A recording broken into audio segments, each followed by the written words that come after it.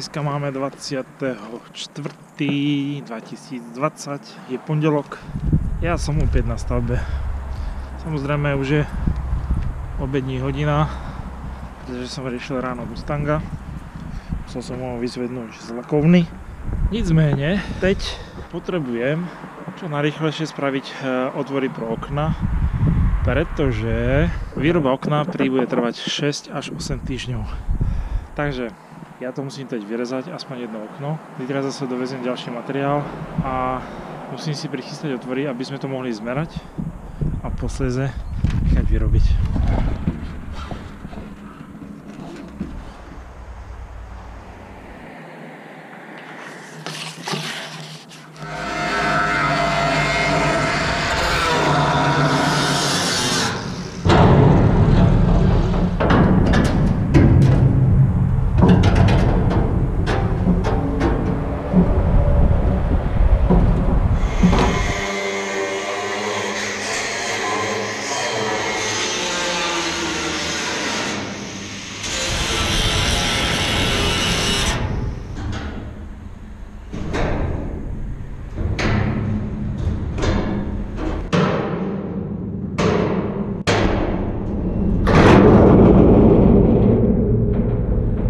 Přátelé, teď sa mi podaril husársky kousek. Nejak som sa prehrízol cez ten plech. V tejto chvíli som v detském pokojičku.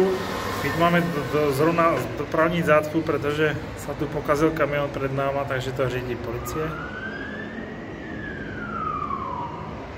Nicméně, toto je výhled z pokojičku.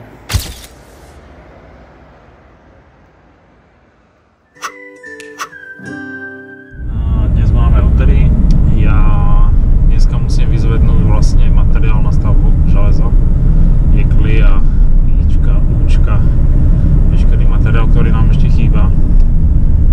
Takže teď to jdu vyzvednout a posléze sa to zavezie všetko na stavbu. No a zase musíme vypíliť nejaké to okienko.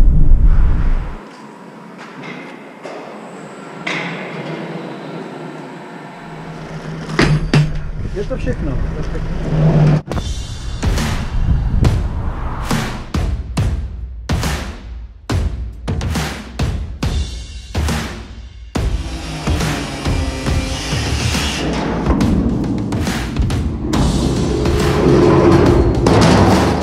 Malý vstup do videa. Tak, ne takže, ale tak. S Ježom som sa dohodol, že za každé takže budem musieť spraviť angličák. Ešte som sa zatím k tomu nedostal, ale na to príde.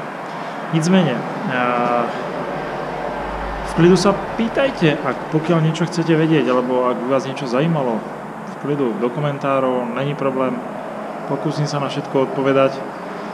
Nicméně, chystám pre vás webovou stránku, na které bude v podstatě nějaký ten návod, jak to celé spraviť, pretože my teraz točíme spíš reality show, ale popri tom sa natáča v podstate aj konkrétny návod, jak si tento domek môžete spraviť sami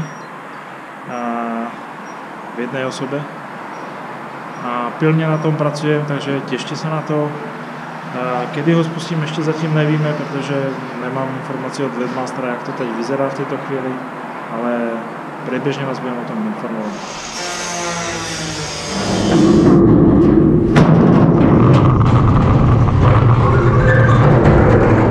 No, môžu říci,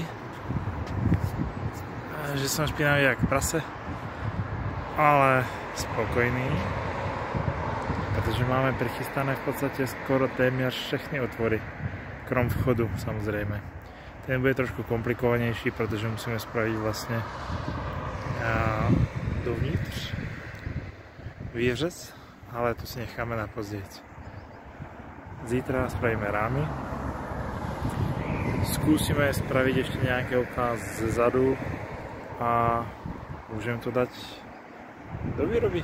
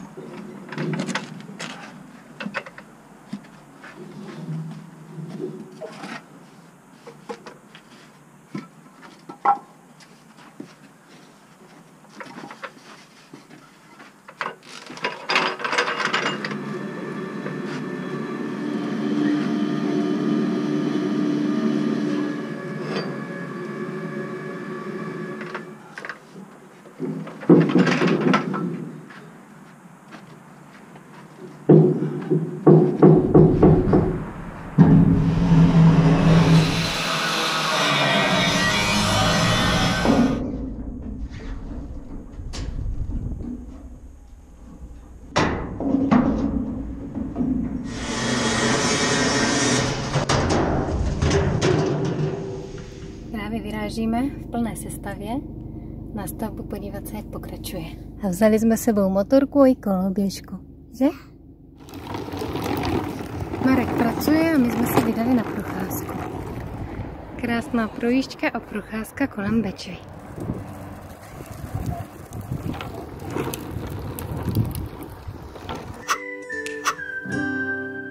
Každou chvíli by mal prísť bager, ktorý by mi mal zrovnať vlastne túto hlinu. Bager sa trošku blodí, ale nakoniec to teda našiel. Takže hlina sa nám rozhrňuje, ale zistili sme, že teda je bude asi málo. A nebude stačiť ani to, čo je vzadu, asi zrejme, podľa všetkého. No, tak som zvedavý. Pokud by niekto hlinu mal a je z blízkoho okolí, klidu uvítam. Za odvoz sa podelím. Dík.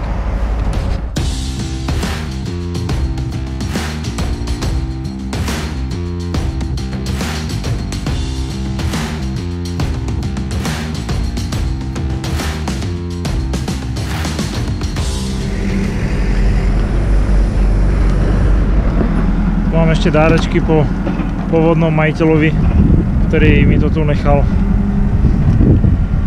pretože sa toho nevedel zbaviť. Musieť niečo vymysleť ja.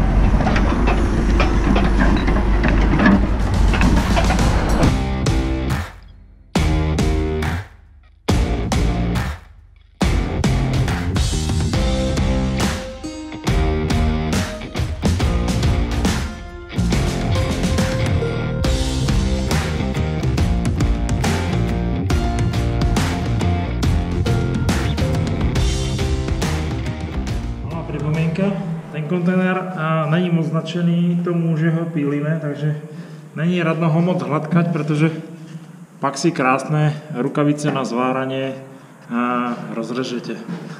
Až posledne, keď bude barák hotový, tak pak ten kontener pochopí, že vlastne my ho skrášľujeme.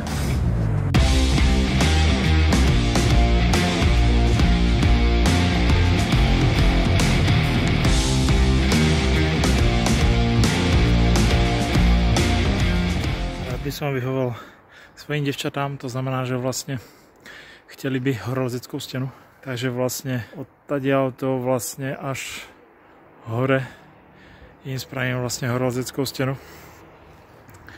ktorá bude vlastne posléze na fasáde, aby to bolo zaizolované, ale aby to tam dobre držalo. No a môžu liesť do nekonečna hore dolu, hore dolu.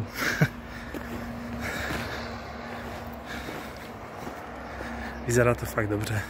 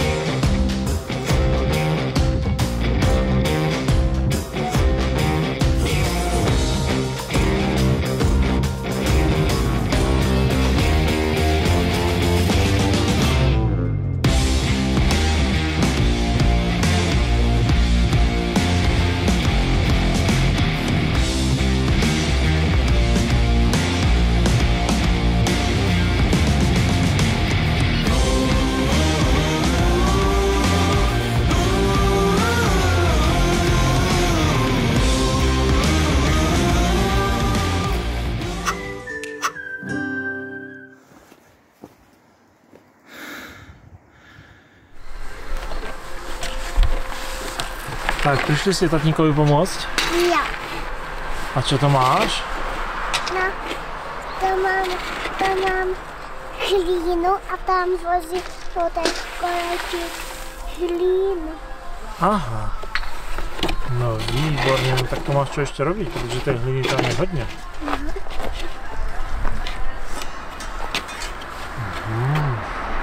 Máš krásne kolečko. No, to mi kúpila babička. Jo. Jo. No tá je hodná na teba. Jo. Tak čo si zistila vzadu? Jsem pokecala se sousedem. Jo? No. Je tam doktor. Doktor prořezává stromky, aby to tam měli pěkný. My taky, ne? My budeme zase sázet stromky, my to budeme mět naopak.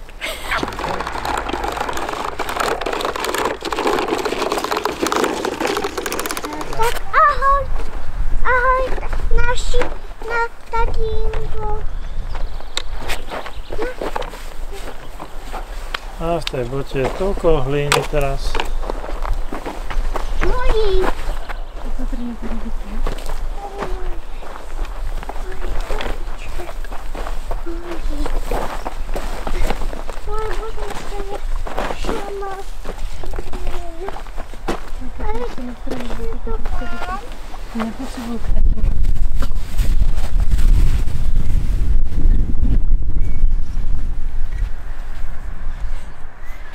Jak už se raduje, že už jedem.